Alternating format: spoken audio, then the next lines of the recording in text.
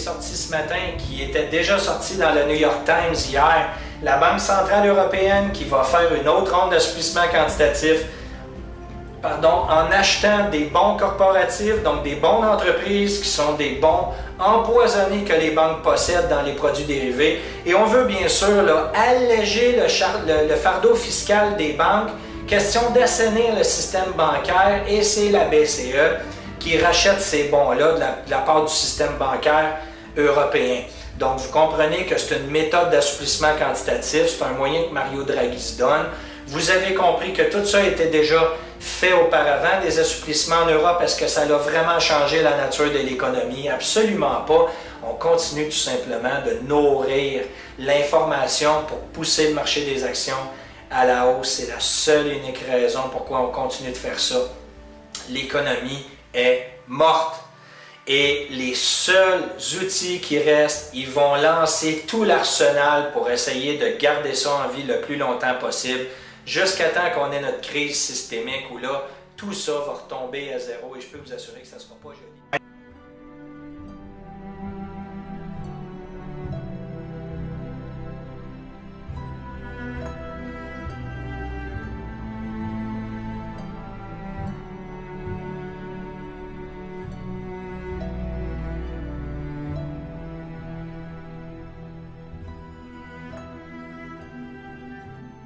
On a en Italie un groupe politique qui veut bien sûr commencer à mettre un référendum pour sortir de la zone euro. On l'a vu aussi avec les Catalans qui veulent faire un référendum.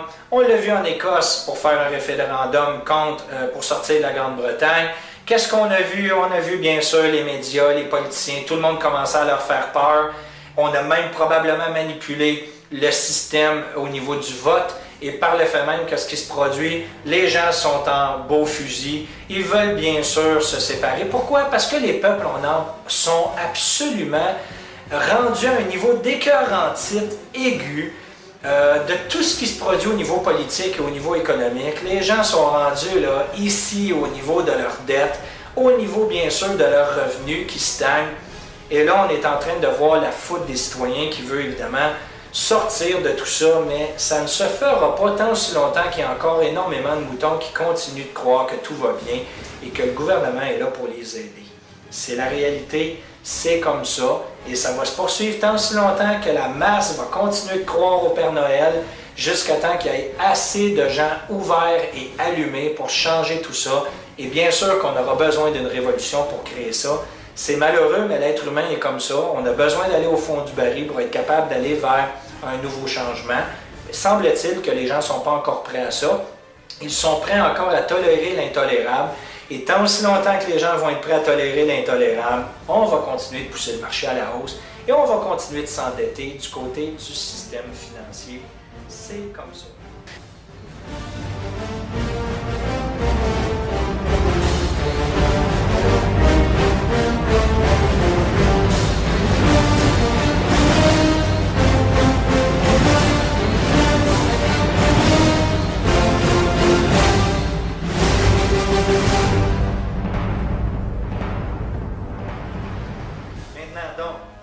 On a de l'autre côté ici notre ami James Bullard de la Fed à Saint-Louis qui a commencé dès d'entrée de jeu quand la correction de la semaine dernière a été de plus en plus forte.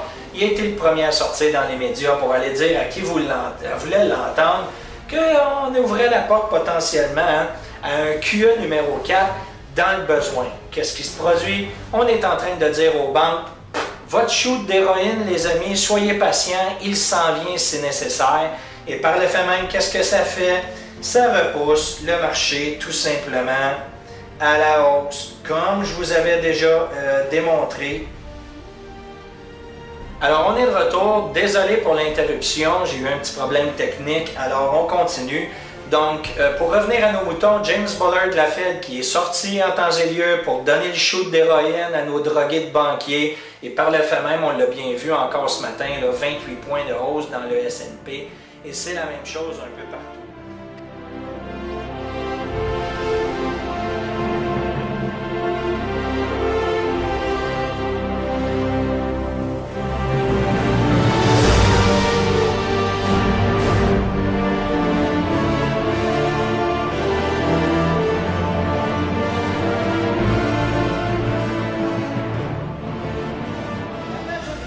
économistes, 85% prévoient par ailleurs que la croissance aux États-Unis dépassera 2% au cours des 4 prochains trimestres.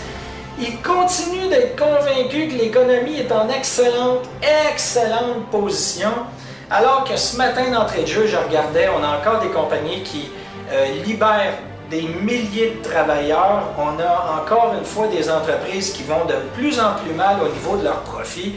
Et ces gens-là continuent de croire ce que la Fed leur dit en leur disant que tout va bien, que le marché continue d'être en pleine croissance aux États-Unis, alors que ça va très mal en Europe. Comment voulez-vous que ça aille aussi mal au Japon, qu'il y ait des retards, évidemment des retards majeurs de production au niveau évidemment de la Chine. Donc la Chine, les exportations sont en retard. Et au-delà de ça, en Europe, on le voit très bien que ça va mal, mais ça va bien aux États-Unis. Arrêtons de se leurrer, OK? Donc, nos fameux cheerleaders, les pom-pom girls, comme je les appelle, qui continuent de croire que tout va bien aux États-Unis, hein, c'est ce qu'on véhicule dans le marché et dans les médias.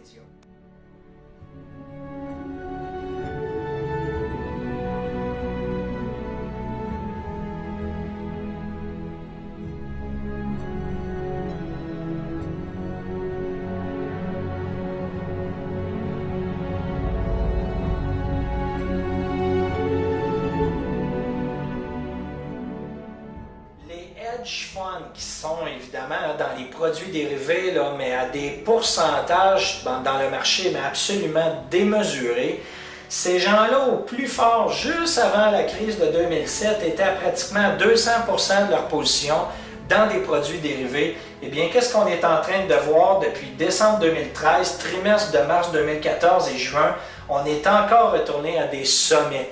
Donc, les hedge funds qui continuent d'acheter des actions, okay, avec l'argent de leurs investisseurs, et bien entendu qui mettent les investisseurs à haut risque, alors qu'on a encore une fois une très grosse possibilité de voir une crise baissière sévère. Ça vous montre encore une fois à quel point ces économistes-là et les gens qui prennent des décisions en ont absolument rien à foutre de votre portefeuille de citoyens. Ce qui est important pour eux, c'est de continuer de stimuler le marché pour se faire payer des commissions, des bonus sur les transactions, tout simplement. Le reste, rien à foutre, chers investisseurs.